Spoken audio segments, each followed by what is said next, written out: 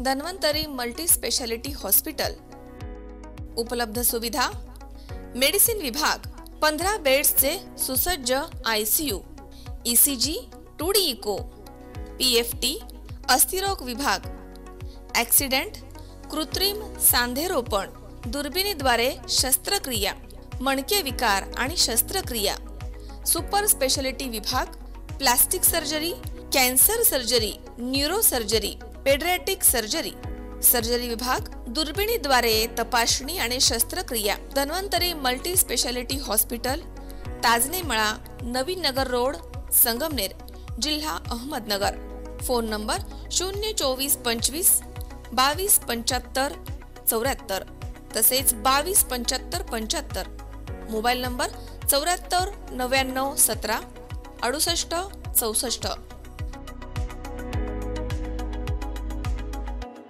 खासदार राहुल गांधी यांनी भारतीय एकात्मता आणि लोकशाहीच्या रक्षणासाठी काढलेल्या ऐतिहासिक भारत जोडो यात्रेच्या वर्षपूर्तीनिमित्त संगमनेर विधिमंडळ पक्षनेते आमदार बाळासाहेब थोरात यांच्या नेतृत्वाखाली झालेल्या भव्य दिव्य अशा पदयात्रेत युवक, महिला, नागरिक यांनी उत्स्फूर्तपणे सहभाग घेतला। विविध ठिकाणी झालेले उत्स्फूर्त स्वागतासह भारत जोडो यात्रा ही देशाच्या राजकारणाला आणि भविष्याला दिशा देणारी ठरली आहे। सर्व रेकॉर्ड मोडणाऱ्या या यात्रेचा आपल्या सर्वांना अभिमान आहे, असे गौरवोद्गार या यात्रेचे समन्वयक तथा काँग्रेस विधिमंडळ पक्षाचे नेते आमदार बाळासाहेब थोरात यांनी काढलेत।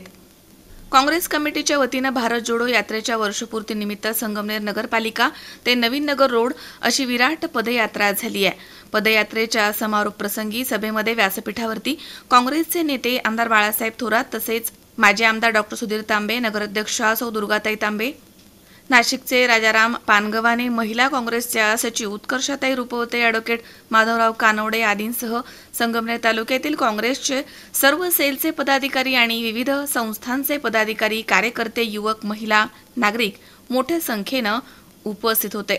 यावेळी बोलताना आमदार थोरात म्हणालेत की काँग्रेस पक्षाला त्यागाची आणि बलिदानाची मोठी परंपरा आहे। पंडित जवाहरलाल नेहरू यांनी आयुष्याची 10 वर्ष तुरुंगात काढली। राष्ट्रपिता महात्मा गांधी, इंदिरा गांधी, राजीव गांधी यांनी देशाच्या एकात्मतेसाठी बलिदान दिले। हा देश आणि लोकशाही टिकवण्यासाठी खासदार राहुल गांधी यांनी कन्याकुमारी ते काश्मीर अशी 3560 किलोमीटरची पदयात्रा केली आहे। पदयात्रेत ते विविध क्षेत्रामधील मान्यवरांना सोबत घेऊन चालत होते। विविध संघटना आणि लोकशाहीवर विश्वास असणारे सर्वजण एकत्र येत होते। महाराष्ट्रामध्ये देगलूर पासून सुरू झालेली यात्रा 7 जिल्ह्यांमधून गेली आहे। अत्यंत उत्साहात सर्वांनी सहभाग घेतला। महाराष्ट्रामध्ये मिळालेल्या अभूतपूर्व प्रतिसाद आणि शेगावची झालेली ऐतिहासिक सभा हे या यात्रेचं मोठं वैशिष्ट्य ठरलंय। रेकॉर्ड ब्रेक असणारी ही पदयात्रा देशाच्या राजकारणाला आणि भविष्याला दिशा देणारी ठरली आहे। ऊन वारा पाऊस असा प्रवास करत यात्रेमधनं बंधुत्वाचा संदेश देण्यात आला। तोच संदेश घेऊन आपल्या सर्वांना पुन्हा जनसंवाद यात्रेच्या माध्यमामधनं काम करायचंय। देशात आणि राज्यात वातावरण बदलले। जाती धर्माच्या नावावरती राजकारण करणाऱ्या भाजपची मोजक्या राज्यामध्ये सत्ता राहिली आहे। देशात महागाई, बेरोजगारी वाढली आहे। मणिपूर अंशतः आहे। महिलांवरती सर्वत्र अत्याचार होत आहेत। पंजाबमध्ये शेतकरी आंदोलनामध्ये 700 लोक मृत्युमुखी पडलेत। कुस्तीगीर मुलींचे आंदोलन दडपलं गेलंय। मराठा, धनगर यांच्यासह विविध समाजाचे आंदोलन दडपलं जात आहे। देशापुढे अनेक प्रश्न आहेत, मात्र सरकार मूळ प्रश्नांवरती भर देण्याऐवजी जनतेचं लक्ष इतरत्र विचलित करत आहे। ईडी आणि CBI सारख्या स्वायत्त संस्थांचा गैरवापर केला जातोय। लोकशाही टिकवण्यासाठी इंडिया आघाडीनं एकत्र येऊन भाजप पुढे मोठं आव्हान निर्माण केलंय। त्यामुळे भाजप घाबरली आहे। आगामी काळात देशात आणि राज्यात परिवर्तन नक्की घडणार आहे। काँग्रेसचा समतेचा विचार घरोघरी पोहोचवण्यासाठी कार्यकर्त्यांनी जनसंवाद यात्रेच्या माध्यमामधून अधिक प्रभावीपणे काम करावं, असं आवाहन त्यांनी केलंय। तर माजी आमदार डॉ. तांबे म्हणालेत की लोकशाही टिकवण्यासाठी प्रत्येक भारतीयांनी भाजप विरुद्ध आंदोलनामध्ये सहभाग घेतला पाहिजे। देशात सर्वत्र अशांतता आहे, नागरिकांमध्ये अस्वस्थता आहे। जाती धर्माच्या नावावरती होणारं राजकारण अत्यंत दुर्दैवी आहे, असं त्यांनी म्हटलंय। यावेळी उत्कर्षताई रुपवते यांनी देखील मनोगत व्यक्त केलं। कार्यक्रमाचे प्रास्ताविक मिलिंद कानवडे यांनी केले, तर सोमेश्वर दिवटे यांनी आभार मानलेत। यावेळी हजारो नागरिक, महिला या ठिकाणी उपस्थित होते। दरम्यान शहरामध्ये संपूर्ण पदयात्रेत नागरिकांनी रस्त्याच्या दुतर्फा आमदार थोरात यांच्यावरती पुष्पवृष्टी केली आहे। विविध ठिकाणी महिला भगिनींनी त्यांचं औक्षण देखील केले आहे। तरुणाईचा मोठा जल्लोष, ढोल ताशांचा गजर, फटाक्यांची आतिषबाजी तसेच पदयात्रेमध्ये रिमझिम पावसानं देखील हजेरी लावली। मोठ्या संख्येनं समाज बांधव यामध्ये सहभागी झाले होते। यावेळी घोषणांनी संगमनेर शहर दुमदुमून गेलं होतं। भारत जोडो यात्रेच्या वर्षपूर्ती निमित्त आज संगमनेर मध्ये आज हा यात्रा संपन्न होत आहे। भारत जोडो मधून भारताची संस्कृती आणि विविधता याचं एक खूप छान दर्शन आपल्याला बघायला मिळालेलं होतं आणि विविधतेत एकता हेच भारताचं एक सूत्र आहे आणि तेच सूत्र भारताचं हे यशस्वीतेचं आहे। पण सध्याच्या राजकारणाचं सगळं धोरण बघता एक फुटीरवादी लोकांमध्ये गैरसमज भडकवणे आणि धर्मात भांडणं लावणे हा जो भाजपचा अजेंडा जो आहे त्या अजेंड्याला विरोध करणं हे गरजेचं आहे। ते आपल्यासाठी, सर्वांसाठी आणि सर्व भारतीयांसाठी ही अत्यंत गरजेची गोष्ट आहे। धन्यवाद। एक वर्ष पूर्ण होत आलेलं आहे आणि एक वर्षपूर्ती या निमित्तानं आपण संगमनेर शहरामध्ये या पदयात्रेचं आयोजन केलं होतं। आपल्या सर्वांचे नेते आणि ज्यांच्या मार्गदर्शनाखाली आपण सर्वजण काम करत असतो, जे राज्याचं नेतृत्व करताय, देशाचं नेतृत्व करताय, ते आदरणीय साहेबांच्या नेतृत्वाखाली या पदयात्रेमध्ये आपण सर्वजण अनेक संस्थांचे सर्व सन्माननीय पदाधिकारी, त्याचप्रमाणे आमच्या तालुक्यातून प्रत्येक गावातून आलेले ग्रामपंचायतचे सर्व सन्माननीय सरपंच, उपसरपंच, सर्व सदस्य, गावामध्ये विविध कार्यकारी सेवा सहकारी सोसायटीचे सन्माननीय चेअरमन, व्हाईस चेअरमन, सर्व संचालक मंडळ व उपस्थित सर्व बंधू भगिनी, युवक मित्र आणि माझ्या पत्रकार बंधूंनो, एक वर्ष पूर्ण होत आहे भारत जोडो यात्रेला। आदरणीय खासदार राहुलजी गांधी यांच्या नेतृत्वाखाली ही 3,500 किलोमीटरची जी पदयात्रा झाली, ही पदयात्रा कशासाठी होती, का होती, याचं विश्लेषण जर आपण सर्वांनी केलं तर आज जर देशातली परिस्थिती आपण सर्वांनी बघितली तर आज देशामध्ये लोकशाहीचा गळा घोटला जातोय। आजच्या सरकारकडे जर बघितलं तर आपल्या सर्वांना दिसतंय की कशा पद्धतीनं या देशामध्ये दडपशाहीचं, दहशतीचं, काही करा, तोडा फोडा पण राज्य करा, अशा प्रकारची नीती भारतीय जनता पार्टीच्या माध्यमातून देशामध्ये आपल्या सर्वांना दिसते आहे। आदरणीय राहुलजी गांधींच्या ही गोष्ट लक्षात आल्यानंतर आपण काहीतरी केलं पाहिजे। ज्या काँग्रेस पक्षानं या देशाला स्वातंत्र्य मिळवून दिलं,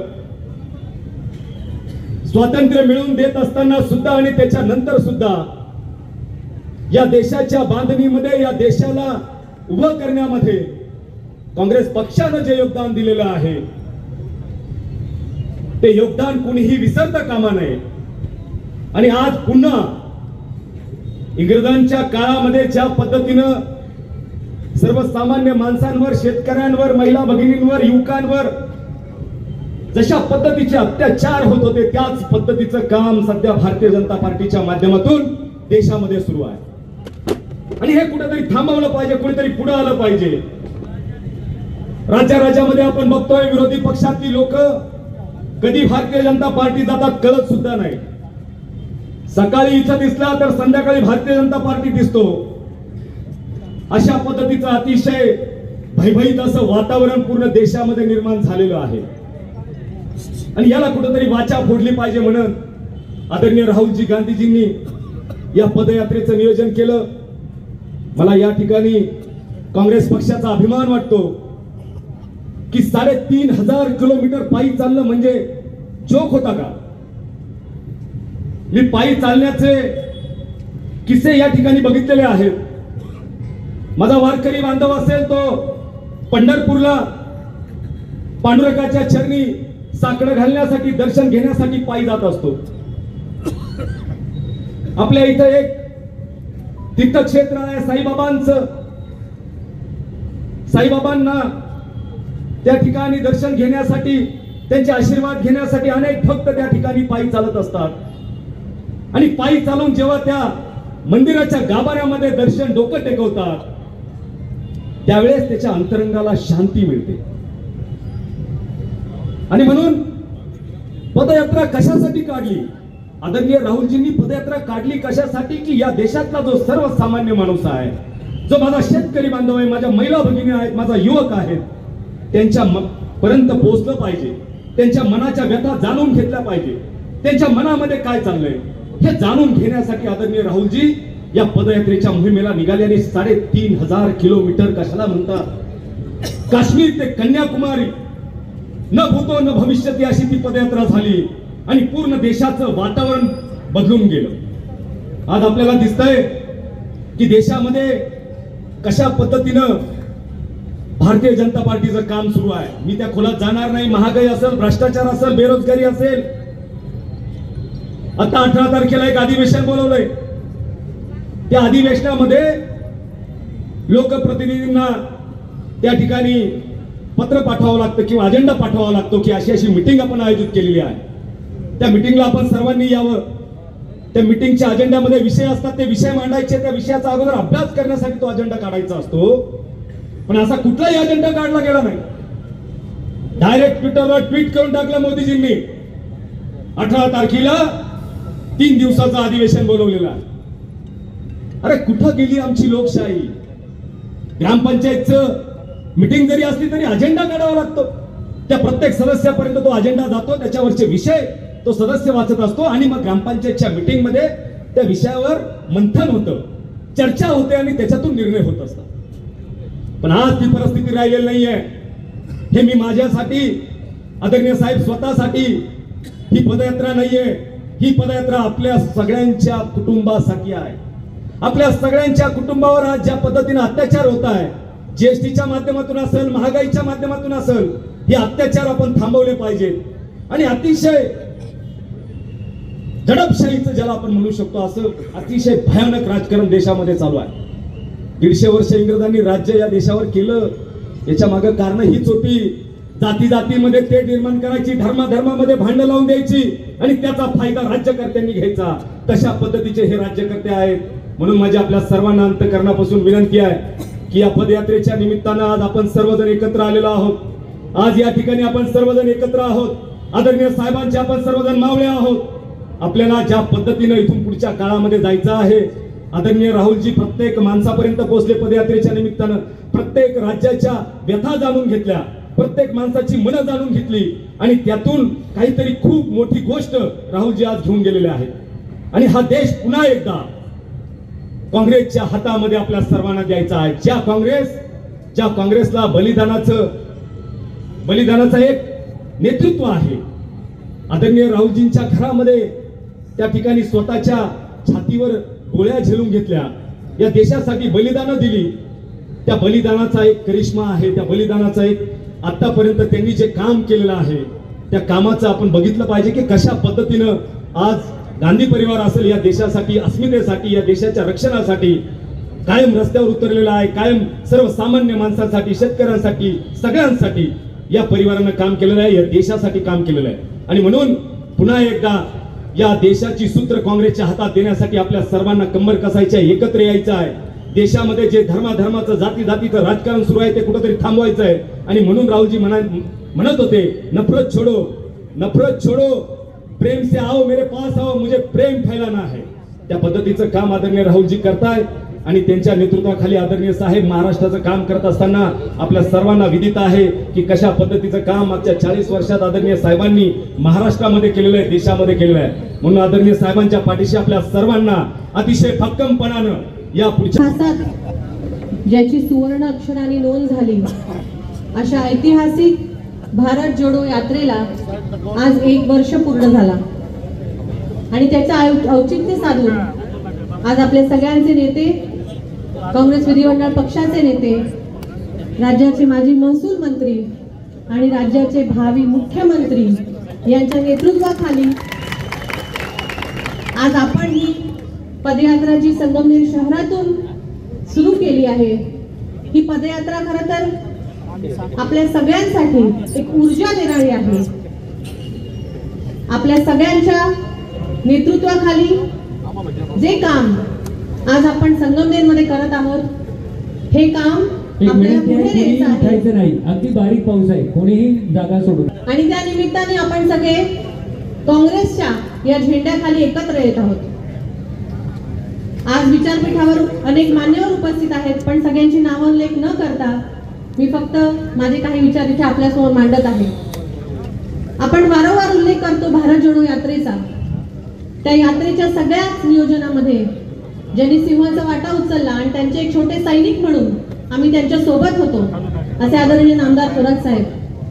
अपार कष्ट आणि जिद्द येईल त्या सगळ्या गोष्टींवरती मात करून ज्या प्रकारे भारत जोडो यात्रेचं नियोजन आपल्या महाराष्ट्रामध्ये झालं, हे इतिहासात नोंद होईल.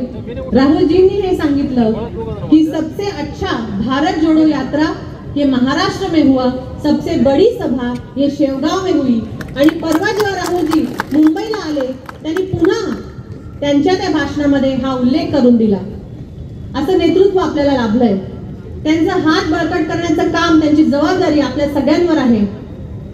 आज आपल्या पुढचे प्रश्न हे अनेक आहेत. युवा इथे इतक्या मोठ्या संख्येने उपस्थित आहेत. काय चाललंय देशामध्ये? किती जणांना नोकऱ्या मिळाल्या, किती नोकऱ्या सांगितल्या होत्या, किती दिल्या, किती काढून घेतल्या, या सगळ्यांचा हिशोब मागायचा वेळ आला आहे. माझ्या महिला भगिनी मोठ्या प्रमाणात आज इथे मिरवणुकीमध्ये होत्या, पदयात्रेत होत्या आणि सदैव आपल्या पाठीशी आहेत. त्यांना विचारायची वेळ आहे की उज्ज्वला गॅस तर सांगितलं, नाव उज्ज्वला आहे, पण त्या योजनेखाली सगळा अंधार आहे. आणि आज ज्या पद्धतीने महिलांवरती, मुलींवरती अत्याचार आपल्या देशात होत आहेत, ह्याचा जबाब आम्हाला मागायचा आहे. आम्ही बेटी बचाव म्हणतो, बेटी पढाव म्हणतो, आणि आमच्याच खेळाडूंना जेव्हा त्यांचे नेते उद्ध्वस्त करतात, त्यांना फिरवतात, अशा लोकांना आजही आम्ही सत्तेमध्ये बघतो, तेव्हा आमच्या तळपायाची आग मस्तकात जाते. कारण सर, बेटी बचेगी नहीं तो पढेगी कैसे?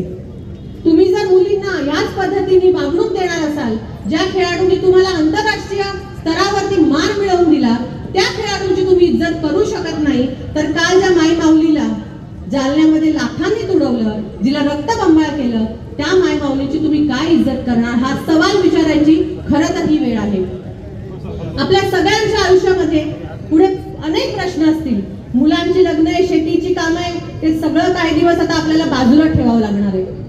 कारण जर हा लढा, येणाऱ्या 1 वर्षातला हा संपूर्ण लढा, सगळे इलेक्शन जर आपण एकत्रितपणे एकजुटीने, महाविकास आघाडीची तर वज्रमूठ आहेच, पण काँग्रेस पक्ष हा त्याच्यातला सर्वात मोठा पक्ष आहे आणि तो माननीय नामदार थोरात साहेबांच्या नेतृत्वाखाली मोठा होणार. जर या पुढच्या 1 वर्षामध्ये आपण एकत्रित लढलो नाही, तर माझी येणारी पिढी, माझा छोटा मुलगा 6 वर्षाचा आहे, तो 15 वर्षानंतर मला विचारेल की जेव्हा हे सगळं जळत होतं, जेव्हा हे रान पेटलं होतं, तेव्हा आई तू काय करत होती? मी अभिमानाने सांगू शकेल की काँग्रेस पक्षाची एक छोटीशी कार्यकर्ती म्हणून मीही त्या विरोधात लढले. जिंकू की नाही पुढचं आहे, लेकिन लढेंगे और जीतेंगे हा हौसला घेऊन जर आपण पुढे चाललो तर नक्कीच हे यश आपलं आहे. एकच नारा देते आणि माझी माणी इथे थांबवते.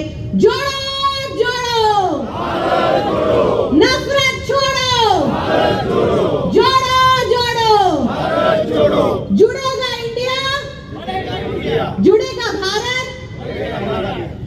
आता पुढचा जो विषय आहे तो साहेब त्यांच्या भाषणात बोलतीलच. शेवटची जी लढाई आपली आहे ती आता सध्या भारत आणि इंडियामध्ये सुरू आहे. म्हणजे सगळे विषय बाजूला राहिले आणि आपल्या देशाला भारत म्हणायचं का इंडिया म्हणायचं, यावर बहुतेक आपल्या शेतांना पाणी येणार की नाही, शेतमालाला भाव मिळणार की नाही, महिलांना सुरक्षा मिळणार की नाही, हे सगळं प्रश्न अवलंबून आहे. असा काहीतरी आव आणत आहेत. म्हणजेच मूळ मुद्दे बाजूला ठेवून काहीतरी भडकाऊ भाषण करून लोकांचं मन विचलित करायचं, लोकांचं लक्ष विचलित करायचं, हे प्रकार सुरू आहेत. हात जोडून विनंती आहे, पुढचा 1 वर्ष सगळ्यांनी एकजुटीने काम करायचं आहे, एका झेंड्याच्या खाली काम करायचं आहे. एवढीच विनंती करते आणि थांबते. जय महाराष्ट्र, जय हिंद, जय भीम. आणि त्या निमित्ताने ही पदयात्रा आणि हा सर्व कार्यक्रम आयोजित केला जात आहे. त्या कार्यक्रमाला आपल्या सर्वांनी त्यांच्या नेतृत्वाखाली आपण त्या ठिकाणी संपूर्ण महाराष्ट्रामध्ये ही यात्रेचं समन्वय ज्यांनी केला ते आपल्या सर्वांचे नेते, राज्याचे माजी महसूल मंत्री आमदार बाळासाहेब थोरात. खरं तर तांत्रिकदृष्ट्या मी काँग्रेस पक्षामध्ये नाहीये,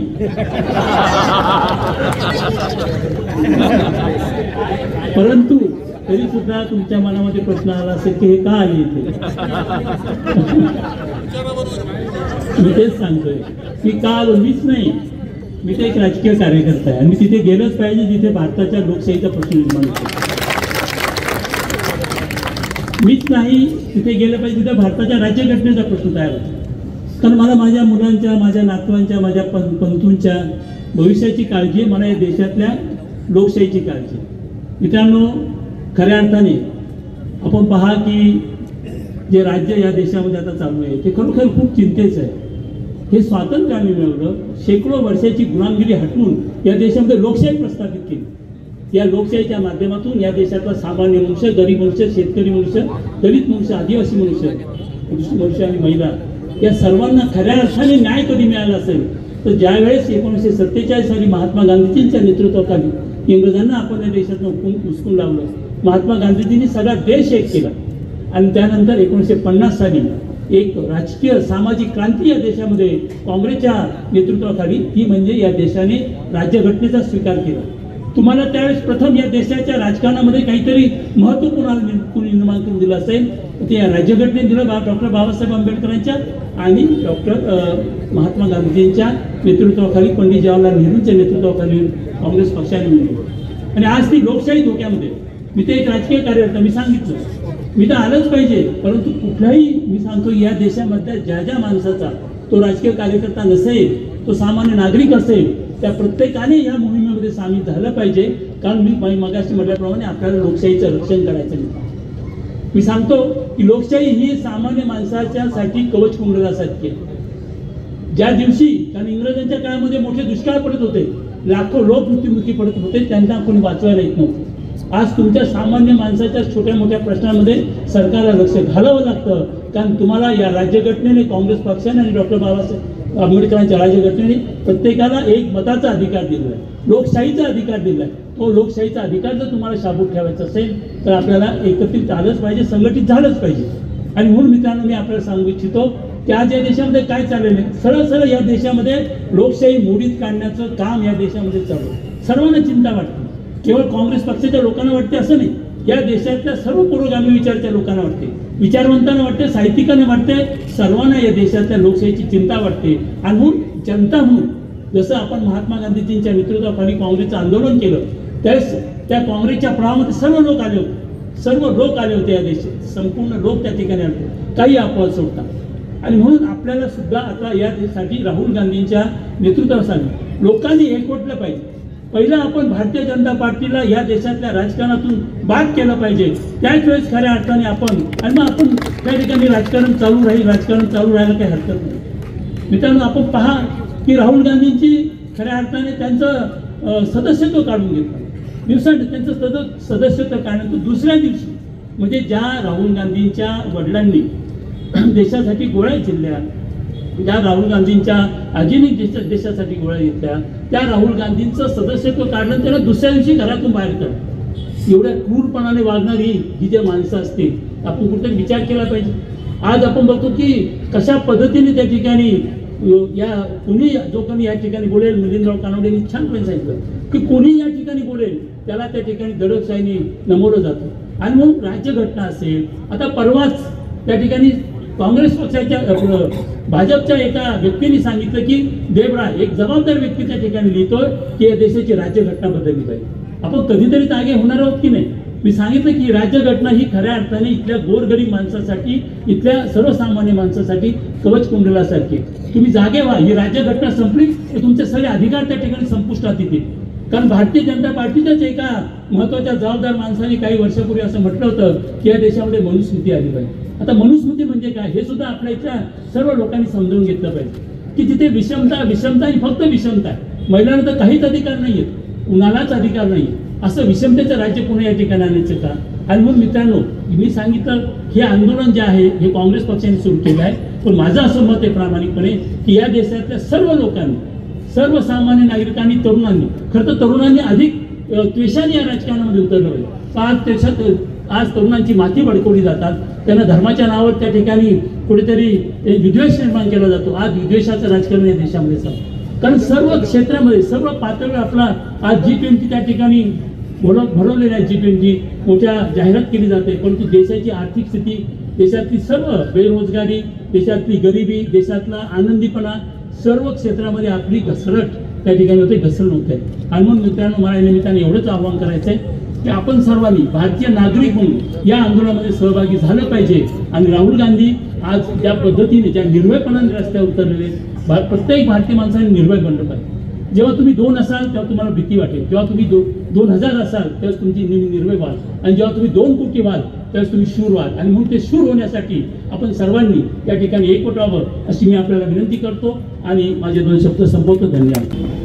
7 सप्टेंबर 2022ला म्हणजे आज बरोबर 1 वर्षापूर्वी माननीय राहुलजींच्या नेतृत्वाखाली भारत जोडो यात्रा कन्याकुमारी पासून सुरू झाली होती.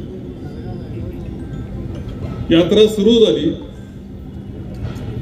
आणि सगळ्यांना वाटलं की हा प्रवास होणार कसा. 3560 किलोमीटरचा कन्याकुमारी पासून काश्मीर पर्यंत, श्रीनगर पर्यंतचा हा सगळा त्यांचा प्रवास होता. परंतु एवढा उत्साह लोकांमध्ये पहिल्यापासून होता, प्रचंड प्रतिसाद लोकांचा मिळत होता. आणि त्यामुळं पदयात्रेला सुरुवात झाली आणि पदयात्रेनंतर ती सातत्यानं चालली आणि त्यामधून एक देशाला संदेश देण्याचं काम राहुलजी आणि त्या पदयात्रेनं केलं. राहुलजींची पदयात्रा ज्यावेळेस सुरू झाली याचे काही कारण होते. देशामध्ये 8-9 वर्षापासून चाललेलं लोकशाही मोडण्याचं काम, दहशत निर्माण करण्याचं काम, माणसामध्ये, समाजामध्ये, जातीमध्ये, धर्मामध्ये भेद निर्माण करायचा आणि त्यामध्ये भेद निर्माण करून राजकारण करायचं, मताची पोळी भाजण्याचा जे उद्योग भारतीय जनता पक्षात चालला होता, या विरुद्ध ही पदयात्रा होती. जागृती निर्माण करण्याकरता ही पदयात्रा होती. लोकशाही वाचवण्याकरता ही पदयात्रा होती. आपली राज्यघटना वाचवण्यासाठी ही पदयात्रा होती. आणि त्याचबरोबर भारतीय जनता पक्षाच्या नीतीमध्ये एक पद्धत आहे की जनतेचे जे मुख्य प्रश्न आहेत त्याच्यापासून जनतेचं लक्ष दुसरीकडे वळवायचं, त्यांना मुख्य प्रश्नाकडे जाऊच द्यायचं नाही, विचारच करू द्यायचा नाही, त्यांना आठवूच द्यायचे नाही की आपले खरे प्रश्न काय आहेत. म्हणून नवे असे प्रश्न निर्माण करायचे, त्याच्यावर चॅनल चालवायचे आणि त्याच्यातून मुख्य प्रश्नापासून पूर्णपणे दिशाभूल करणे, जनतेची दिशाभूल करण्याचं काम चाललं होतं. त्या विरुद्ध सुद्धा ही पदयात्रा होती. रोजगाराचा प्रश्न मोठा प्रश्न आहे. 2 कोटी रोजगार हा वर्षाला आम्ही देऊ, 2 कोटी तरुणांना म्हणणारे भारतीय जनता पक्ष रोजगार तर दिला नाही. इंडस्ट्री बंद पडल्या, नोटाबंदीमुळे अनेक प्रश्न निर्माण झाले, बेरोजगारांची संख्या वाढून गेली. महागाईचं पाहतो आपण, प्रचंड डोंब आज सुद्धा उठलेला आहे. आणि आपण पाहतो की त्यावेळेचे भाषण माननीय पंतप्रधान महोदय प्रचाराकरता 2014 साली फिरत होते. आज भाषण पाहतो आपण त्यांचे, ऐकल्यानंतर वाटतं हे किती खोटं बोलू शकतात भारतीय जनता पक्षावाले. त्यावेळेस 70 रुपये असलेलं पेट्रोल आता 110 पर्यंत जाऊन पोहोचले. डिझेलनं 100 गाठलेली आपल्याला पाहायला मिळते. गॅसची टाकी 300-400 रुपयाला होती, ती 1200 रुपयाला गेली. आता 200 रुपये सवलत दिली म्हणतात. 1200 रुपये करायचे आणि 200ची सवलत द्यायची. एका बाजूला सर्वसामान्य जनतेच्या खिशातून पैसे काढून घ्यायचे, ते धनदांडग्यां करता वापरायचे, त्यांच्या ताकदी वाढवायच्या. ते धनदांडगे जगामध्ये 1 नंबरचे श्रीमंत कसे होतील हे पाहायचं. अरे कुठून तरी पैसा आल्याशिवाय हे 1 नंबरचे होतील कसे? शेवटी कुठेतरी खड्डा केला तर टेकडी होते. वस्तुस्थिती आहे. सर्वसामान्याच्या जीवनामध्ये कठीण प्रसंग निर्माण करायचे, त्याच्या खिशातून पैसे काढून घ्यायचे आणि श्रीमंताच्या खिशात टाकायचे. हा कार्यक्रम त्यांचा चाललेला होता. त्या विरुद्ध सुद्धा ही पदयात्रा होती. कारण इतकं उत्साहानं ती सुरुवात झाली. ती केरळ, तामिळनाडूच्या कन्याकुमारीच्या याला, केरळमध्ये पदयात्रा, पुन्हा तामिळनाडूमध्ये गेली, कर्नाटकमध्ये गेली, आंध्रमध्ये गेली, त्यानंतर ती गेली ती हैदराबादच्या स्टेट तेलंगणामध्ये. आणि असं करीत ती पदयात्रा महाराष्ट्रामध्ये आली. मला आठवतो तो प्रसंग देगलूरचा. रात्रीची 8:30ची वेळ होती, 8:30-9ची. प्रथम राहुलजी 21 किलोमीटर चालत चालत देगलूर पर्यंत आले होते. 21 किलोमीटर. तिथे जल्लोषानं स्वागत केलं. माननीय अशोकराव चव्हाण आणि त्यांचे सगळे सहकारी यांनी नांदेड जिल्ह्यामध्ये प्रचंड मोठं स्वागत केलं. तिथं देगलूर पासून स्वागत केलं. छत्रपती शिवाजी महाराजांच्या पुतळ्याला त्यांनी त्यावेळेस अभिवादन केलं. आणि ही पदयात्रा सर्वसामान्य माणसाला ताकद देण्याकरता, लोकशाहीला ताकद देण्याकरता म्हणून आम्ही काढली असं जाहीरपणे त्यावेळेस राहुलजी तिथे बोलले. परंतु 21 किलोमीटर चालल्यानंतर पुन्हा त्यांना जायचं होतं गुरुद्वाराला.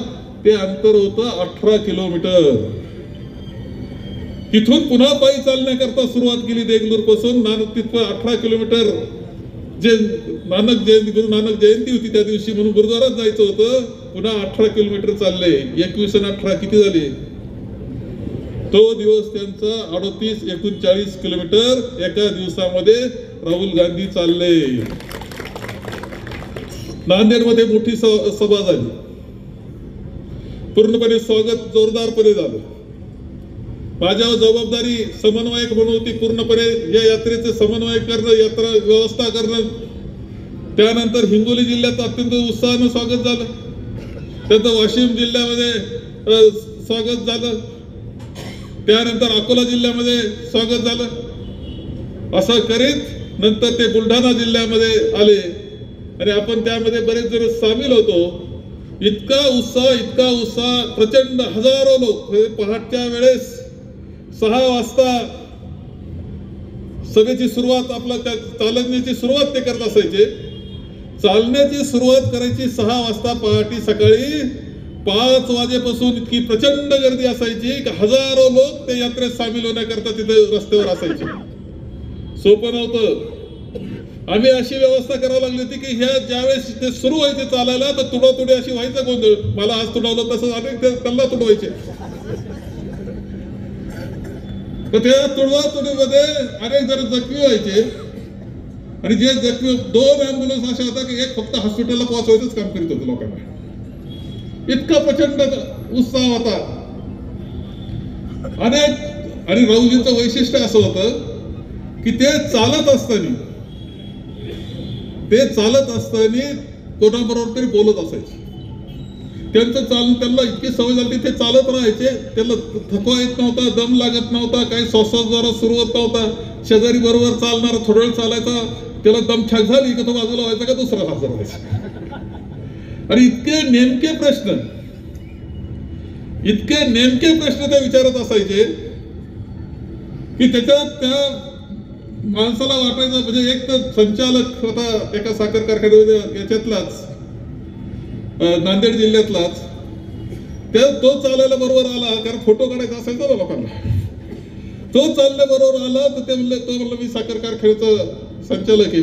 मग किती उशीर तुमच्या का गणित कसं होणार? तो इतका गार झाला म्हणला पुढची प्रश्न विचारण्याच्या बाहेर आला. अनेक महिला भगिनी, अनेक गरीब माणसं, सतत चालणं आणि सतत गर्दी, प्रचंड गर्दी. त्यांच्या दुपारची व्यवस्था, त्या सगळ्या हजारो लोकांची व्यवस्था ही आम्ही सगळे करीत होतो. आणि हे चालत चालत ही सगळे शेकडो किलोमीटरची यात्रा. एकदा असं मग आपले बरेच घुसले, बरोबर चालले. अर्चना बालोडताही घुसल्या. त्यांना वाटलं आपली तब्येत चांगली, काय अडचण व्हायची नाही घुसाघुशीत. आणि पडल्या त्या. पडल्यावर उचलायला राहुल गांधीच गेली त्यांना. बरोबर आहे ना? तो नंतर हात केलेला फोटो येतो, पडलेला तर उचलताना तो फोटो नाही आला. इतका उत्साह तुम्ही कल्पना करू शकत नाही. इतका प्रचंड उत्साह त्यामध्ये त्या ठिकाणी होता. हे सगळा उत्साह शेवटी बुलढाणा जिल्ह्यामध्ये शेगावला सभा झाली. आणि शेगावची सभा नियोजन करण्याची जबाबदारी संगमनेरच्या कार्यकर्त्यांवर होती. 200 कार्यकर्ते आपले 20 दिवस तिथं काम करत होते. आपल्या जोंधळींनी तिथं मंडप केला, तिथं स्टेज केलं, सगळे आयोजन केली. इतका देखणा कार्यक्रम राहुल गांधी अजूनही विसरलेले नाही. इतका सुंदर, हजार लोक, लाखो लोक. मी यांना विचारलं शेजारी असणाऱ्या जिल्ह्याला विचारत होतं किती एसटी आणणार. जळगाववाले म्हटले की आम्ही 50 एसटी, सुरुवातीला म्हणले 50 आणणार. हळून निरोप यायचा त्यांचा का आता 100 झाल्या, आता 200 झाल्या, आता 300 झाल्या, आता 367 एसट्या गावकऱ्यांनी भरून जळगावच्या त्याला आले होते. तुम्हाला सांगतो, एक एसटी भरायची गावात, पहा तुम्ही काय होतं. 367 एसट्या भरून, म्हणजे बाकीच्यांचं मी प्रत्येक जिल्ह्याचं सांगत नाही, त्यांनी त्यांचंच नियोजन करून 367 एसट्या भरून त्या सभेला आले होते. मग बाकी शेजारचे जिल्हे होतेच, अमरावती जिल्ह्यातून आले होते, त्याचबरोबर अकोला जिल्ह्यातून भरपूर लोक, सगळ्या जिल्ह्यातले लोक, बुलढाण्याचे लाखो लोक, 28 एकराचं ग्राउंड पूर्ण भरलेलं होतं आणि प्रचंड उत्साह होता. सुंदर सभा सगळी झाली आणि महाराष्ट्राची यात्रा ती होती. समन्वयक मी होतो. शेगावचं तिथलं तीर्थस्थान सुद्धा फार सुंदर आहे. त्यांनी प्रचंड सुंदर स्वागत केलं. इतकं सुंदर स्वागत आहे ते सगळ्या वारकरी संप्रदायाचे भजन, संत तुकडोजी महाराजांचे, संत गाडगे महाराजांचे, संत तुकाराम महाराजांचे, संत ज्ञानेश्वर महाराजांचे भजन, ज्यांनी जो विचार त्या सर्व संतांनी मांडलेला आहे, तो विचार म्हणजेच राज्यघटनेचा विचार, तो विचार म्हणजेच काँग्रेसचा विचार, भजनाने दुमदुमवून टाकली होती सगळी नगरी. आणि अशा पद्धतीची ती यात्रा महाराष्ट्राची झाली. मला समन्वय म्हणून काम करण्याची संधी मिळाली. कोणाला ना कोणाला कार्यकर्त्यांना संधी काम करण्याची मिळाली. आपण भाग्यवान आहोत, अशा पद्धतीनं ते काम करण्याची संधी आपल्याला मिळाली. परवा त्यानंतर ती यात्रा पुढे पुढे जात होती. ऊन होता, पाऊस होता, धुळीचं वादळ होतं, कधी कधी थंडी प्रचंड वाढत पुढे गेली जसं जातील तसं, आणि शेवटी काश्मीरला तर बर्फच पडत होतं. सचिन गुंजाळ आपले ते नियोजन इथं जसं करतो तसं ते नियोजन तिथं आपलं करीत होते. तिथल्या यंत्रणेने त्यांना पकडलं का त्यांना बरा वाटला, चटपट दिसतोय, चांगलं नियोजन करतो. थेट शेवटपर्यंत नियोजनामध्ये घेऊन गेले. बर्फामध्ये वरून बर्फ पडत होता. राहुलजी भाषण करत होते, हे शेवटी तुम्ही पाहिलं असेल. 3,560 किलोमीटर ऊन, वारा, पाऊस, थंडी, बर्फ सगळ्यातून त्यांनी प्रवास हा केला आणि संदेश देशाला दिला. तो संदेश बंधुत्वाचा दिला, प्रेमाचा संदेश दिला. हा संदेश अत्यंत महत्वाचा संदेश आहे पुढे सुद्धा आपला देश चालवण्याकरता म्हणून. आणि म्हणून आजचे आपण जे आज हे करतो आहोत, आजची आपली ही यात्रा त्या आठवणी करताय. आणि तो जो संदेश त्यांनी दिला होता तो पुन्हा लोकांपर्यंत पोहोचवण्याचं काम आणि बंधुभावाचं वातावरण संपूर्ण देशामध्ये निर्माण करण्याकरता आपण काम करण्याकरता हा संदेश देणारी आजची ही यात्रा आहे. अजूनही प्रश्न संपलेले नाहीत, प्रश्न कठीण आहेत, परंतु वातावरण बदललेलं आहे. कसब्याची निवडणूक झाली त्यावेळेस भारतीय जनता पक्षाला असं वाटलं की आता आपण दगड उभा केला तरी आपलाच मतदारसंघ निवडून येईल. सगळे तिथं पार दिल्लीचे मंत्री सगळे उतरले, आपलं सगळं मंत्रिमंडळ, मुख्यमंत्री व उपमुख्यमंत्री सगळे तिथे, सगळी यंत्रणा घेऊन उतरले, सगळं काही घेऊन उतरले. परंतु लोकांनी 25,000 मतांनी लीडनं ते काँग्रेसचा आमदार निवडून दिला. कर्नाटकची निवडणूक झाली, प्रचंड प्रयत्न त्यांनी केले, पण काँग्रेस आलेली आपल्या सगळ्यांना दिसते. आता काही राजस्थान आहे, मध्य प्रदेश आहे, छत्तीसगड आहे, तेलंगणा आहे, दिल्ली आहे. तुम्हाला सांगतो वातावरण काँग्रेसचं बरं का. गंमत तुम्हाला सांगतो का, तेलंगणाचे मुख्यमंत्री KCR म्हणतो ना त्यांना, ते महाराष्ट्रात फार फिरत होते. ते आले होते 500-700 गाड्या घेऊन पंढरपूरला आले होते. पंढरपूरला आले ते इकडं सगळं खरं, पण तिकडं राहुल गांधींची सभा होती. तेलंगणाचे अध्यक्ष हे माझे चांगले मित्र झाले, त्यांनी 1-1.5 लाखाची व्यवस्था केली होती. परंतु कमीत कमी 5 लाख लोक तिथे जमलेले होते, 5 लाख, आणि प्रचंड उत्साह. ते जेव्हा पाहिलं तर गडी परत अजून काय आलं नाही. हे वातावरण बदलतं वातावरण आहे. समजायचं काही कारण नाही. भारतीय जनता पक्षामध्ये फार ताकदवान असं समजायचं कारण नाही. केरळात भारतीय जनता पक्ष नाही, तामिळनाडूत नाही, कर्नाटकमध्ये नाही, तेलंगणामध्ये नाही, आंध्रमध्ये नाही, छत्तीसगडमध्ये नाही, राजस्थानमध्ये नाही, दिल्लीमध्ये नाही, पंजाबमध्ये नाही, बंगालमध्ये नाही, बिहार ओरिसामध्ये नाही, हिमाचल प्रदेशमध्ये नाही, कुठे आहे? कारण त्यांचा जो विचार आहे तो बंधुभावांना देश चालवण्याचा विचार नाही. त्यांचा विचार धर्माच्या नावाखाली माणसांमध्ये भेद निर्माण करायचे, त्याच्याकरता कटकटी निर्माण करायच्या, माणसापासून माणसं तोडून टाकायचे आणि त्याच्यावर मताची पोळी वाजायची, सत्य बसायचा असा कार्यक्रम आहे. भांडवलदारांनी चालवलेला कार्यक्रम आहे. जागृतपणे काम करावं लागणार आहे. महाराष्ट्रामध्ये सुद्धा महाआघाडीचं सरकार जे आहे, आता जे सरकार आहे महायुतीचं, आमचं होतं महाविकास आघाडीचं. 3-2.5 वर्ष आम्ही काम केलं. 2 वर्ष त्यात कोरोनाचे गेले, कठीण काळ होता, पण चांगल्या पद्धतीने काम करण्याचा प्रयत्न आम्ही केला. आता महायुतीचं जे सरकार आहे ते कसं आहे वेगळं सांगण्याची आवश्यकता नाही. कसे एकनाथ शिंदे कसे गेले, का गेले, मला वाटतं गावातलं लहान पोरग सांगेल. एवढंच नाही तर तुम्हाला सांगतो, सगळ्या महाराष्ट्रात एक घोषणा प्रसिद्ध झाली, ती सुद्धा बैल पोळ्याला बैलांवर लोकांनी लिहिलं होतं 50 खोके. बैल पोळ्याला पार खेड्या म्हणजे पारावर पर्यंत पोहोचलेलं आहे की हे सरकार बनले कसे. पुन्हा आता अजितदादा गेले, कसे गेले तुम्हाला कळतंय. खरंच विकासाकरता गेले काय गेले. आता तुम्हाला काय ज्यादा माहिती असतं तुम्हाला मला विचारावं. मग हे जर परिस्थिती आहे, नाव विकासाचं असलं तरी विकासाकरता गेलेलं नाही. मराठा आरक्षण आपण पाहतो की मराठा आरक्षणाकरता शांततेच्या पद्धतीनं चाललेलं आंदोलन असताना त्याच्यावर ज्या पद्धतीचा लाठीचार्ज केला, तो महिलांवर सुद्धा, मुलाबाळांपर्यंत अत्याचार, ते आंदोलन मोडण्याचा प्रयत्न. मणिपूरमध्ये जे घडलं अत्यंत दुर्दैवी होतं. मणिपूरमध्ये जे घडलं ते दुर्दैवी होतं, परंतु पंतप्रधान तिकडे डोकून पाहायला तयार नव्हते. शेतकरी आंदोलन चाललं होतं, 700 शेतकरी मृत्युमुखी पडले, तिकडे सुद्धा भाजप पाहायला तयार नव्हतं. उलटा त्यांच्या अंगावर गाड्या त्यांच्या मंत्र्याच्या पोरांनी घातल्या. आपल्या सगळ्यांना आमच्या कुस्तीगीर मुली की ज्यांनी देशाचं नाव जगाच्या पातळीला नेलं, त्यांनी जे आरोप केले तिकडे सुद्धा दुर्लक्ष त्यांनी केलं. संरक्षण त्या खासदाराला दिलं आणि या मुलींचं आंदोलन रात्रीतून मारपीट करून मोडून काढण्याचा प्रयत्न केला. तुम्हाला सांगतो का हे चालतंय ना. शाहीन बागमध्ये महिलांनी आंदोलन केलं, मुस्लिम महिलांनी, ते मोडून काढण्याचा प्रयत्न केला. यांचं सांगावं तेवढं थोडं आहे. बिल्किश बानो नावाची एक महिला 2002ला दंगल सुरू झाली गुजरातमध्ये, आणि ज्यावेळेस ती दंगल सुरू झाली त्यावेळेस या बिल्किश बानोच्या कुटुंबामध्ये काही गुंड घुसले.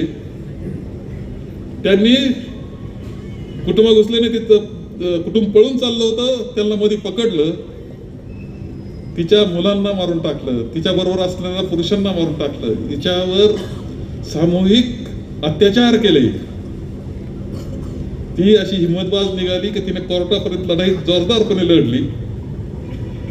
त्या आरोपींना अटक झाली, जेल झाला. जन्मठेपाचा जेल होता पूर्णपणे राहण्याचा, परंतु काय असे चक्र फिरले असं माहित नाही, परंतु मध्येच ते सुटले आणि त्यांचं कौतुकाचा आणि सत्काराचा सोहळा सुरू झाला. आज पंतप्रधान मोदी म्हणतात की राखी बांधून घ्या मुस्लिम भगिनीकडून. त्यांनी एकच करावं, गुजरातची महिला आहे बिल्किश बानोला अभय तुम्ही दिलं का, एवढ्या प्रश्नाचं उत्तर त्यांनी दिलं पाहिजे. अरे मानवता म्हणून काही असतं का नाही. तुम्ही या पद्धतीचं त्यावेळेस अटल बिहारी वाजपेयी पंतप्रधान होते, म्हटले होते की राजधर्म पाळला पाहिजे. जो सत्तेवर असतो, जो पूर्ण जबाबदारी त्याच्यावर असते, त्याने माणसामध्ये फरक केला नाही पाहिजे. त्यांनी सर्व माझे आहेत, जो चुकला त्याला शिक्षा असं म्हटलं पाहिजे. इथं मात्र पूर्णपणे राजकारण करण्याची पद्धत त्यांनी अवलंबली. अनेकांना अन्याय झाले, ही वस्तुस्थिती आपण सगळेजण पाहतो. म्हणजे त्यांची नीती कशी हे आपण ओळखलं पाहिजे. आणि त्या ज्या पद्धतीनं मणिपूरचं आंदोलन बद्दल, ज्या पद्धतीनं शेतकऱ्याचं आंदोलन, ज्या पद्धतीनं आमच्या मुली, त्या पैलवान मुली, त्यांचं आंदोलन, त्याच पद्धतीनं ह्या शेतकऱ्यांचं आणि मराठा समाजाचं आंदोलन तोडण्याचा प्रयत्न भाजपनं केलेला आहे. म्हणजे यांची या आंदोलनाकडे सत्याग्रहाकडे पाहण्याची वृत्ती ही हुकुमशाहीची आपल्या सगळ्यांना दिसते आहे. या सगळी परिस्थिती पाहिल्यानंतर कायम एक काळजी वाटत असते. आता त्यांनी अधिवेशन बोलवलं, नेमकं काय अजूनही अजेंडा नाही. परवा इंडियाची बैठक मुंबईला झाली, सर्व देशातले प्रमुख विरोधी पक्ष सगळे एकत्र आले होते. असा धाक निर्माण झाला की इंडिया शब्दाचाच धाक वाटायला लागला यांना. त्या आमच्या घोषणेमध्ये सुद्धा इंडियाचं होतं, जुडेगा भारत जितेगा इंडिया. म्हणजे भारत आणि इंडिया दोन्ही आमच्याकरता श्रद्धास्थान आहे, नाव दोन्ही श्रद्धेचे स्थान आहे. तर त्या इंडिया शब्दाचीच भीती वाटायला लागली यांना. किती घाबरून गेलेत, भेद्रपान लागले त्यांना. आणि म्हणून आपल्या सगळ्यांना एक सांगतो की शेवटी आपल्याला जर लोकशाही वाचवायची असेल, राज्यघटना वाचवायची असेल आणि पुढचा कालखंड भविष्य काळातला आपल्या पुढच्या पिढ्यांचा जर चांगला जायचा असेल तर देश चालवावा लागेल. जाती, धर्म, पंथ, भाषा काही विविधता असली तरी समान पद्धतीनं त्यांना न्याय देणारा, समतेचा संदेश जो आहे तोच पुढे नेणारा अशाच प्रकारचं राजकारण आपल्याला चालू ठेवावं लागेल, जे काँग्रेसनं आतापर्यंत केलं. आज राहुलजी करतायत. खरं सांगतो, बोलायचं धाडस नाही लोकांमध्ये. बोलल त्याच्यामुळे लगेच काहीतरी झंझट लागत असती. राहुलजींनी पदयात्रा काढली, 2 वर्ष काय असं चुकले होते, काय बोलले ते राहुल गांधी की 2 वर्ष शिक्षा व्हावं, लगेच खासदारकी जावं, काय बोलले होते असं. म्हणजे कशा पद्धतीनं राजकारण केलं जातं हे आपण पाहतोय. तेव्हा काँग्रेसचा त्याग देशाकरता खूप मोठा आहे. पंडित जवाहरलाल नेहरूंना कायम काहीतरी दोष देण्याचं काम माननीय पंतप्रधान करीत असतात. त्या पंडित जवाहरलाल नेहरूंचे किती वर्ष जेलमध्ये गेले माहिती आहे? आयुष्याचे 10 वर्ष त्यांनी तुरुंगात काढले. 10 वर्ष देशाकरता. महात्मा गांधी देशाला स्वातंत्र्य मिळून गेल्यानंतर त्यांना मृत्युमुखी पडावं लागलं. माथे फिरूच्या गोळ्यांच्या बळी ते झाले. आपण पाहतो इंग्रजींनी इतका देहाची चाळणी त्यांची झाली की गोळ्यांचे छिद्र मोजता आले नाही, इतकी चाळणी त्यांची झाली, देशाकरता झाली.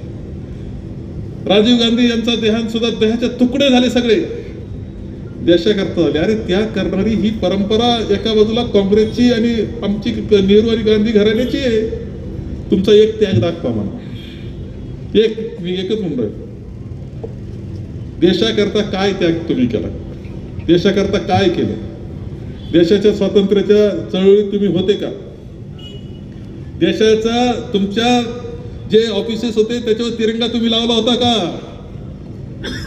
तुम्हाला दिसून येईल की त्यांनी पूर्णपणे या सगळ्या प्रक्रियेतून बाजूला होते. पण आता सत्तेकरता पुढे आले.